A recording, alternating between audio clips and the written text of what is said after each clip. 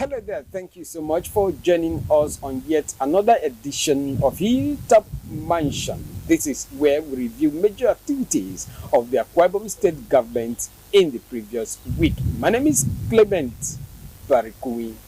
Thank you for joining us. Have you ever missed out on any events or activities of the governor? Worry no more. Hilltop Mansion got you covered. Hilltop Mansion is a program of the Nigerian Television Authority, NTA, UYO, specifically designed to showcase the day-to-day activities of the Arise agenda. Tune in every Monday at 7:30 p.m. on Star Times, Channel 103, and our social media platforms on Facebook and YouTube to join us. Hilltop Mansion, showcasing the Arise agenda.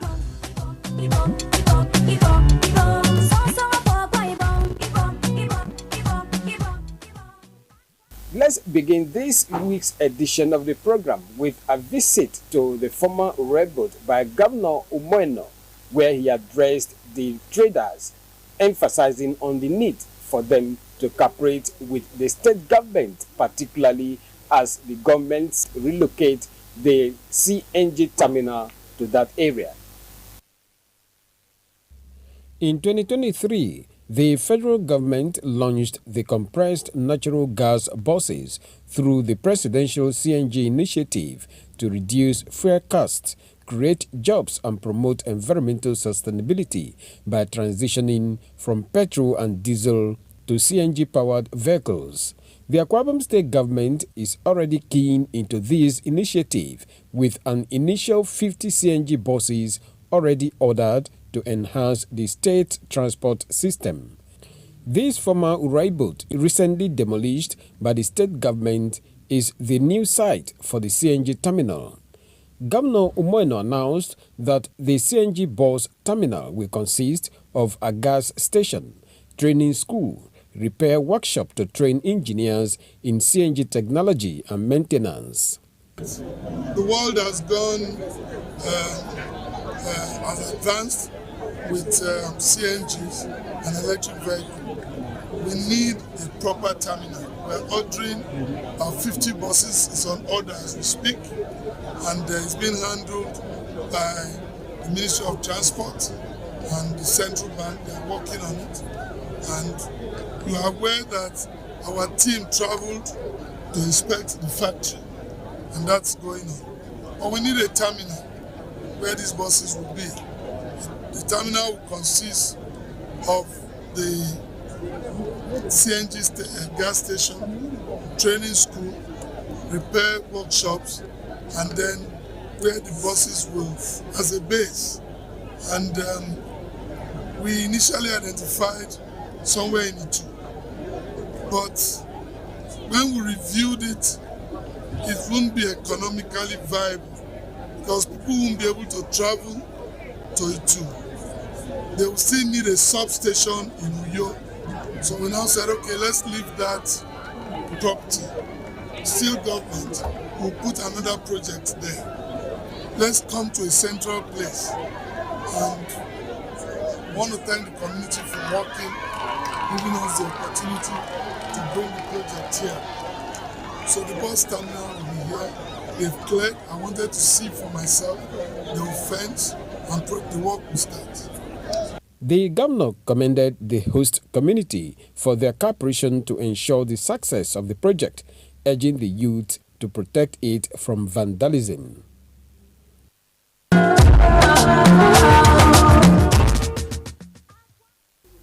Within the week under review, something spectacular happened, and that has to do with a reception in honor of Governor Umoeno, who was out of the state for official engagement. The event took place at the Victor Tai International Airport, where the governor also announced the commencement of night flights at the airports.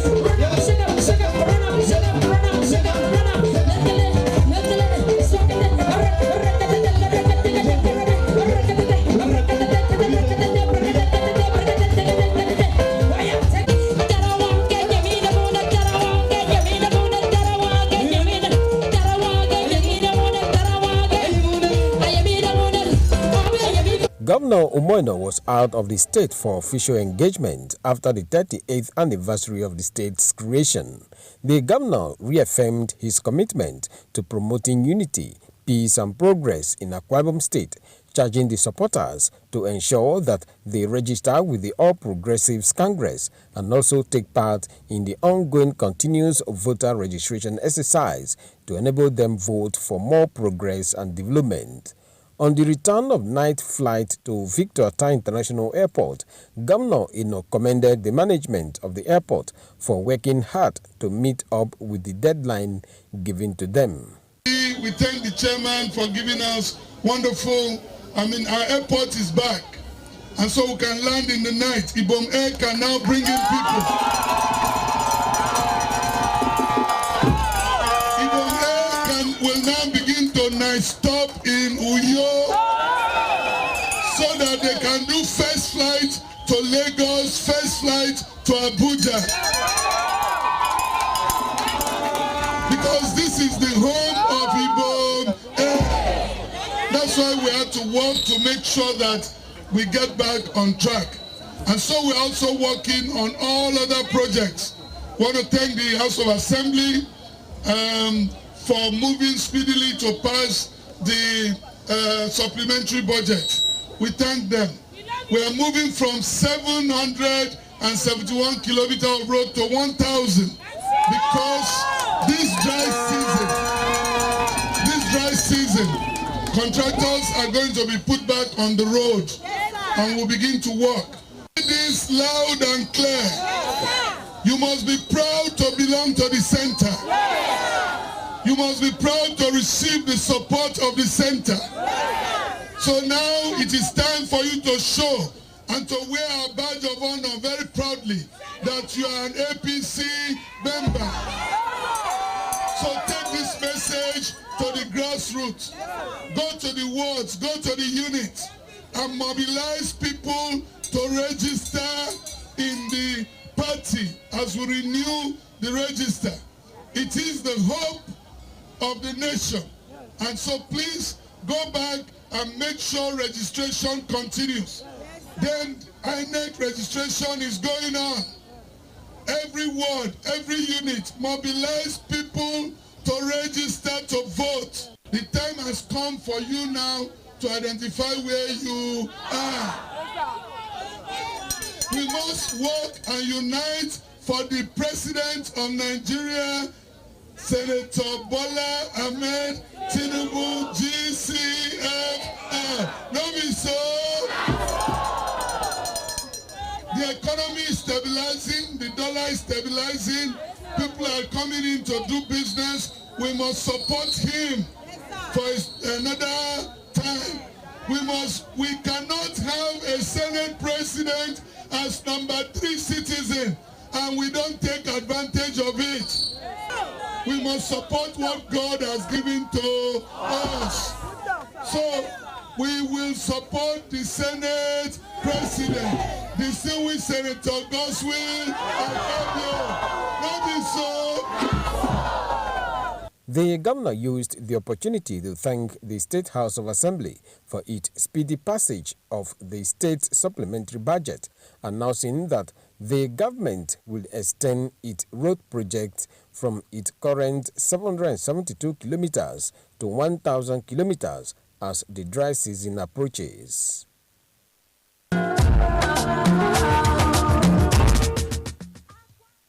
The 2025 edition of Ibom Ignites was held within the period. During that event, Governor Umoino took time out to address the youth on the need to become self-reliant. All the problems the person is carrying. And so you go to beg the person doesn't have, you feel very angry with the person. Sometimes you begin to even say, you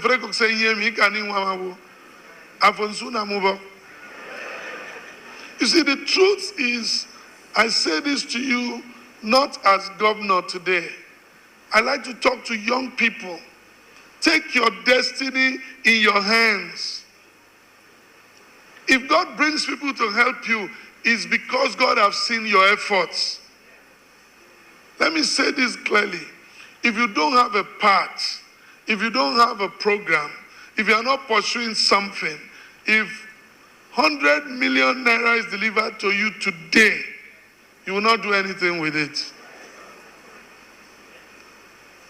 But if you have a path you are pursuing and God raises help for you, you will channel that money immediately. It will be an answered prayer. So there's a need to plan. There's a need to be focused. Don't let people deceive you. Life is hard. It didn't start with President Bola Ahmed Tinubu. When I was growing up as a child, my mom would give me 2 pence, 3 pence to go and buy milk. We'll say, we'll come back and say, Mommy, Mama, we didn't know Mommy then, Mama, milk is now 2 pence 50. Things are too hard in this country. 2 pence 50. So, hardness did not start today. It has always been there. But people have survived it. And may we be among those that will survive in Jesus' name. It takes hard work. It takes planning. It takes many nights of sacrifice. This, microwave kind of thing, we microwave everything. We want to make it now. It's not like that. Have you listened to the story of NSEC? Have you listened to any store? Have you listened to U&K? Have you asked them, how did you get here? Then they will tell you. Do you know if they started with 1 wheelbarrow? Do you know how they started? Have you read the biography of people? Sometimes people say, well, it's good to want to be like anybody, but I want to be more like myself. I'll learn from people, but be like yourself. Because you don't know what they've gone through. So please, my dear young ones, take this seriously. It's an opportunity to give back to you knowledge. Knowledge. The keynote speaker, I'm not estimating, but I don't think that young man, no disrespect, is up to 50 years. But he now has 9 Mobile. That's a tea salad. For those of you who may not know 9 Mobile, that's the tea salad, right? It's transformed to 9 Mobile. He now acquires it. He's doing a lot. I've asked my Commissioner for Digital Economy to talk with you so that we can do a digital tech week sometime. And I like when I see good things, I key into it quick. And Ortega is here. He was also talking on Tech Week the other time. Please, Akwa Ibom is ready. I'm ready.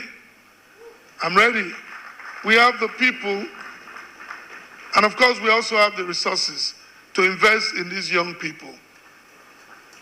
So please bring the knowledge, and we'll work with you. Don't just do it in Abuja. We are ready in Uyo. Akwa Ibom is ready. Thank you so much. So please, you talked about a lot of possibilities. And I was sitting down, my daughter was just squeezing my hands because she knows that there are lots of opportunities. That's why for me, it's a race for time. Even if you give someone 8 years, thank God that's where it is. But 8 years is not even enough. So we're talking of 4 years. And that's why I sit on my colleagues. We don't have time to waste. Because as a governor, you can be in office. You don't sit on your programs. You discover 3 months to live in office that you've not done anything. The bureaucracy of the office alone bogs you down. You minuted to this person. This person is not in the office. He has traveled for one conference and then locked the door. And then the file is there. And that's why digital economy is too important. Take the office with you. Respond to my email. wherever you are, let's get the job done. And people say I'm too hard. Money is hard.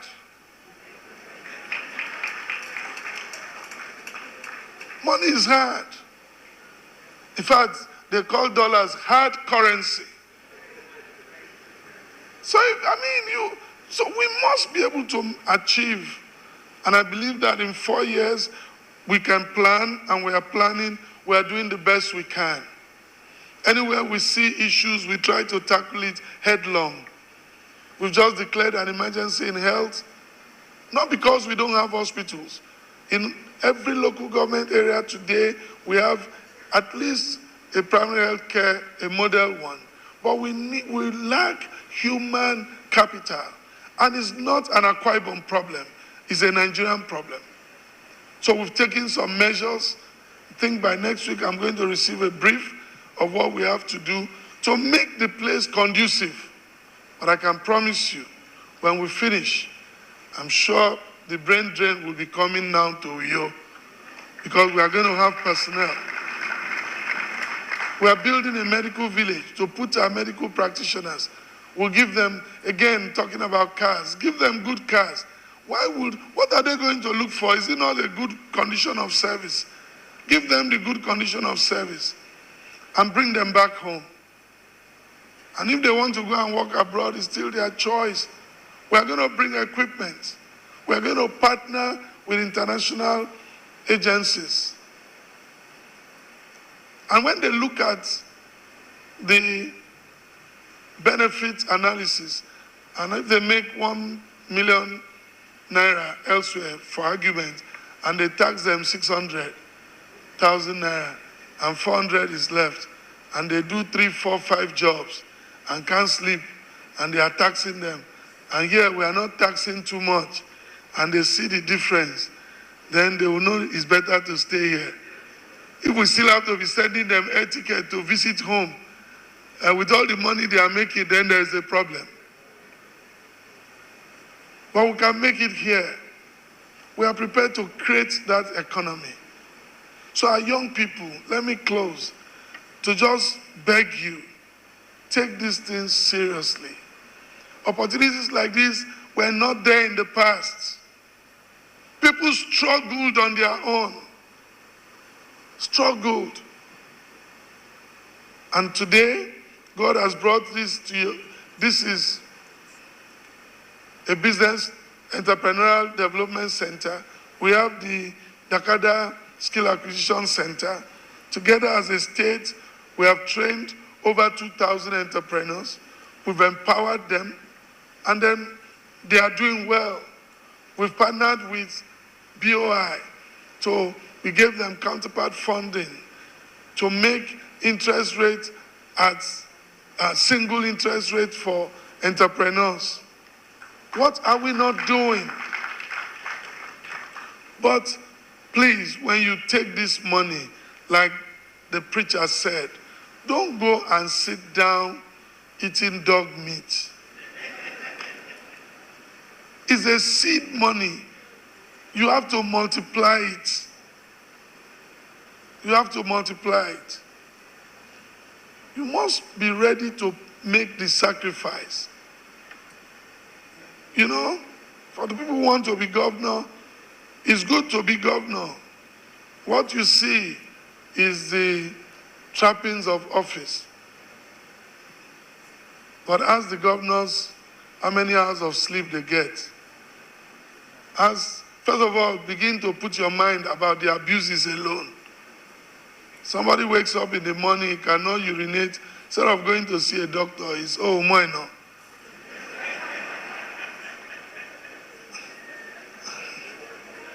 Somebody wakes up in the morning, something happens, or even kicks his leg because he didn't put things out of the way. Oh, this woman, no. You are the reason for every problem. That alone. You know? So please, young people, I believe this year's conference will challenge you. I'm already challenged. I wish I had enough time. I would have sat through all of these programs because I get inspired. I get very inspired. I'm already inspired. There are things I'll pick up, but I know that we'll watch the tapes, we'll review the session, and then again, I've said that we must create a library here because that was the original intent. Part of a digital library, we must create it so that young people can come like this and play back some of these programs. They can be encouraged, they can be challenged. This one we started, and I want to thank all of the people that have anchored this for us. The chairman, all members of the Central Planning Committee. Let me thank Prof for holding on to this, and being able to still run around with the vision. But this is just one of those programs. What you must not forget is that this program started in 2017. It is not 2023 or 2024.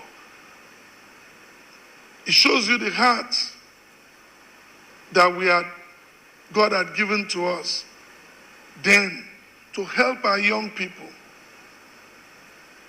So please, rather than joining to criticize and believing that money should come to you, reach out for it. Work hard for it. Showcase what you can do. People may not see it immediately, but one day, somebody will see it, that will mention it to somebody, that will mention to somebody, and help will reach you. Don't give up easily. Don't throw your hands and begin to blame the world. Since my mother gave birth to me, I've been suffering, and nobody is helping me, and God will punish them. Punish you. When I was selling minerals in Ikeja, carrying it on my head, and going to the airport to sell and hawk for my mother, where were you? You need to know what people have been through in life. And all of those things prepared them for where you see them today. It's your building block. It's your time to learn, to build. By the privilege God has given me today, I now realize that everything God put me through growing up was to prepare me for this job. Everything. Everywhere I served. So why can't we just be patient and run this race?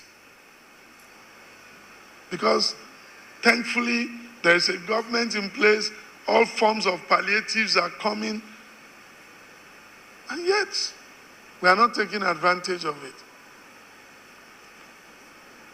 How come we don't praise leaders when they are in office and doing well? But if I leave office today and visit this place again, oh, the man, it was our governor. The next governor, they will start abusing him. Why must we be a land that kills our prophets?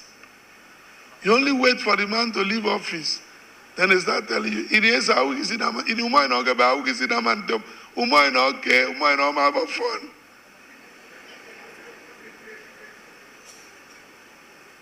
We are typical Africans. We like to praise a dead child.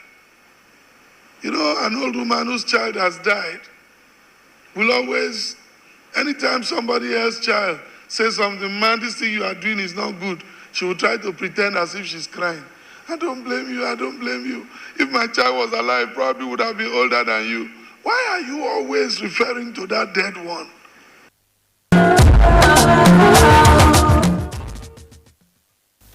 And so it has been on this week's edition of Hilltop Mansion. Sincere appreciation for always keeping a date with us. I remain Clement Barikui. Let's do this again, same time, same station next week. Until then, have a lovely night rest.